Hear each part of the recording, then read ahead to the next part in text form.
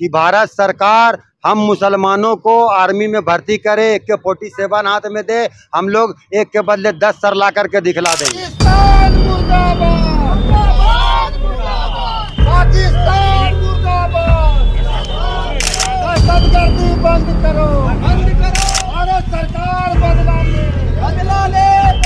एक ही मामला है, जान के बदले जान, खून के बदले खून। धर्म पूछकर जो गोलियां चलाते हैं वह खुदा के नहीं बल्कि खुदगर्ज होते हैं। जी हाँ, अब यह कहावत बिल्कुल सच होता जा रहा है। जिस तरह कश्मीर के पहलगाम में आतंकियों ने अपना आतंक बरपाया, उसके बाद पूरे देश भर में यह आवाज़ उठ रही है कि आतंकियों को सजा मिले। राजधानी रांची के रतन टॉकी चौक पर पहुंचे हुए हैं और यहाँ पे कुछ मुस्लिम भाई उन आतंकियों को सजा दिलाने की तख्तियां लेकर के खड़े हैं। पाकिस्तान शर्म करो, दहशतगर्दी बंद करो, पाकिस्तान मुर्दाबाद के नारे भी लगाए गए। शाहिद अयूबी जी है और उनके साथ में और भी लोग हैं, सभी से बातचीत करेंगे। शाहिद जी, जिस तरीके से धर्म पूछकर गोली मारा गया, फिर कहा गया कि जाओ मोदी को बता दो, क्या कहेंगे? आपके मीडिया के माध्यम से मैं बताना चाहता हूं कि यही तो वो आतंकवादियों का प्लानिंग है, यही तो उन पाकिस्तानियों का प्लानिंग है, यही तो उन दहशतगर्दों का प्लानिंग है कि भारत की एकता, अखंडता, गंगा जमुना तहजीब को बर्बाद कर दिया जाए, तहस और नाबूद कर दिया जाए। यही प्लानिंग है। इसी प्लानिंग के वजह से उन लोगों ने धर्म पूछा, जात पूछा और क्या क्या नहीं किया, और हमारे मासूम बच्चों के सामने हमारे देश के निहत्थे लोगों पर अत्याचार करते हुए उनकी निर्मम हत्या कर दी। और पूरे देश के अंदर में आक्रोश है, और ये आक्रोश जो है अब धीरे धीरे पूरे भारतवर्ष में फैल गया है। और अब हम लोग डिमांड कर रहे हैं भारत सरकार के से कि एक के बदले 10 सर लाने का वक्त आ गया है।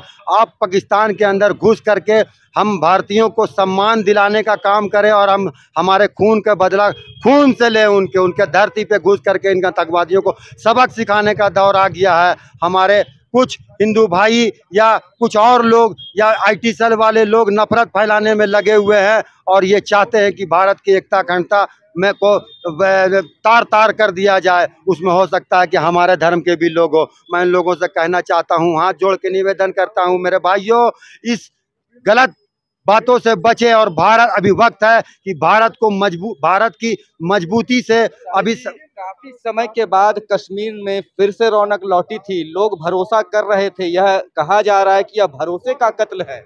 भारत की GDP को और कश्मीर के अर्थव्यवस्था को बर्बाद करने के लिए सैलानियों से करोड़ों रुपया यहाँ के कश्मीरी लोग के पास भी और भारत सरकार के पास भी आता है।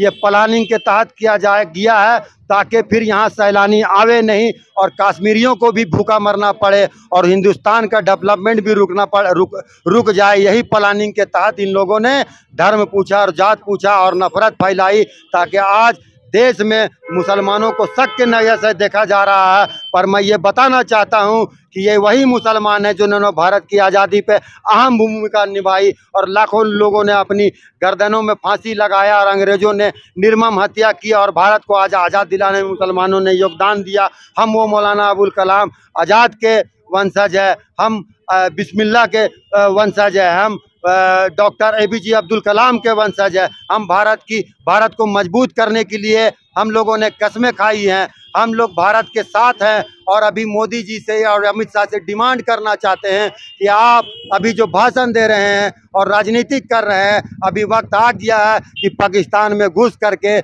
एक के बदले 10 सर लेके आए। क्या कर रहे हैं शाहिद जी? सऊदी से वापस लौटे तुरंत मोदी जी और रक्षा मंत्रालय के साथ उन्होंने अहम मीटिंग की और एकदम दे दिया है डायरेक्शन।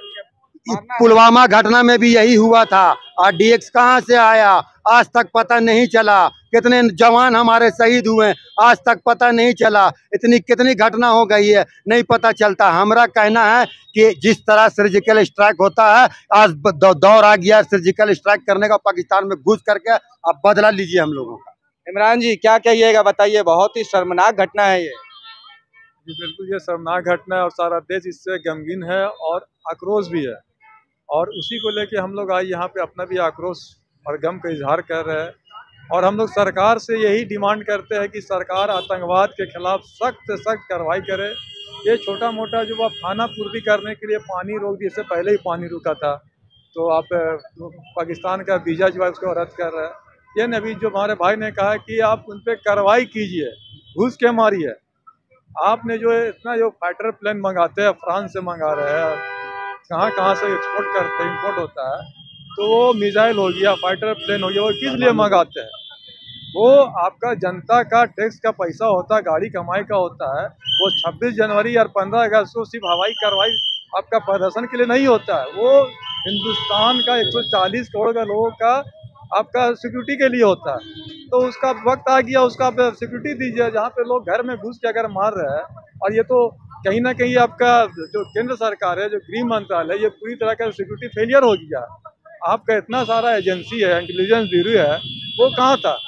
आप अगर घर से निकलिएगा हेलमेट, बिना हेलमेट के निकल जाइएगा, तो आपका 10 जगह हेलमेट चेकिंग होता है, 10 जगह कागज पत्र चेक होता है, और वो पाकिस्तान से घुस जाता है, और वहाँ से AK-47, 47 क्या क्या पूरा औजार लेके आता है। तो हमारा इंटेलिजेंस ब्यूरो क्या कर रहा था वहाँ पे? तो सरकार को इंटेलिजेंस ब्यूरो पे भी आपका कार्रवाई करने की जरूरत है, ताकि अगला बार भविष्य में इस तरीके का घटना ना घटे। यही हम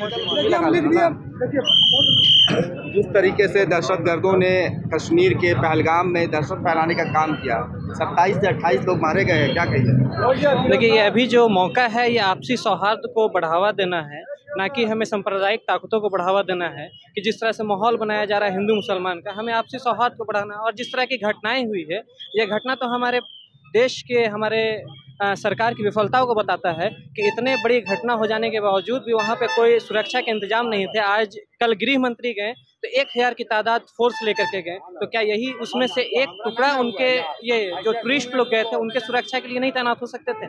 आज प्रधानमंत्री दुबई से वापस आए तो जाकर के चुनावी सभा को संबोधित कर रहे हैं। अरे ये तो आर पार की लड़ाई थी। अब जो आप देश के युवा है, क्या कहिएगा, एक युवा की क्या भागीदारी होनी चाहिए? युवा की भागीदारी है कि हम जैसे नौजवानों को आप बॉर्डर पे भेजे, तो हम वो करके दिखाएंगे कि 1 सर के बदले 10 सर कैसे लाया जाएगा, वो हम करके दिखाएंगे। अंतिम सवाल, क्या सजा पसंद करेंगे ऐसे आतंकियों के लिए? शायद एक ही मामला है, जान के बदले जान, खून के बदले खून, बल्कि एक आपको मौका मिलेगा तो कैसे मारिएगा? मैंने अभी तमाम मीडियाओं से कहा है कि भारत सरकार हम मुसलमानों को आर्मी में भर्ती करे, AK-47 हाथ में दे, हम लोग एक के बदले 10 सर ला करके दिखला देंगे। ऐसा है कि ऐसा नहीं है कि सिर्फ और सिर्फ भारत के बहुसंख्यकों में, बल्कि अल्पसंख्यक समाज और खास करके मुस्लिम समाज में भी इस आतंकी हमले को लेकर बेहद रोष है, और सभी मांग कर रहे हैं कि उन आतंकियों को जल्द से जल्द, जिन्होंने हमारे निर्दोष लोगों को मारा, निहत्थे लोगों को मारा, उन्हें सख्त से सख्त सजा दी जाए, मौत की सजा दी जाए। धन्यवाद।